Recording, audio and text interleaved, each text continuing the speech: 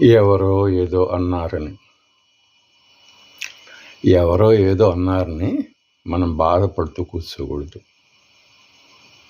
బాధ అంటే ఏంటంటే సంతోషం లేనిది బాధ అవుతుంది. పెద్దవాళ్ళు చెబుతారు, సంతోషమే సగం బలం అంటారు. అంటే బాధ ఎక్కువైపోతే క్రమంగా అది మనోవ్యాధికి దారితీస్తుంది. మనోవ్యాధికి మందు లేదు అని చెబుతూ ఉంటారు. ఏంటంటే ఎవరో ఏదో అంటారు అన్నది ఏ ఉద్దేశంతో అన్నారు? వాళ్ళు మన మీద ప్రేమతోటి మన అభివృద్ధి చేయటానికి మన మంచి కోసం అన్నారా, లేకపోతే దుర్బుద్ధితోటి మన హింసించడానికి మానసికంగా అన్నారా అనేది గమనించాలి.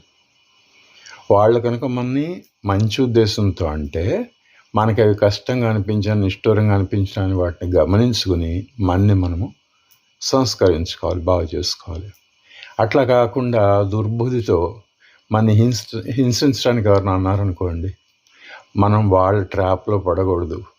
మనం బాధపడుతూ కూర్చున్నామంటే వాళ్ళు వికటానందం, రాక్షసానందం పొందుతారు. కాబట్టి అవకాశం మనం ఎందుకు ఇవ్వాలి? మనం బాధపడుతుంటే వాళ్ళు హ్యాపీగా చంకలు కొట్టుకుంటూ ఎగురుతూ ఉంటారు. అది కాదు.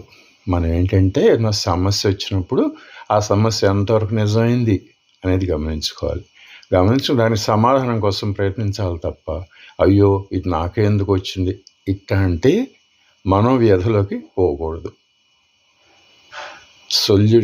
సొల్యూషన్ పరిష్కారాలు చూడాలి, కానీ ఊరికే బాధపడుతూ మన శక్తిని నష్టం చేసుకోకూడదని చెప్తారు పెద్దలు, జ్ఞానులు. ఇది అందరూ ఆలోచించుకుంటే ఎవరికి వాళ్ళకి అర్థం అవుతుంది.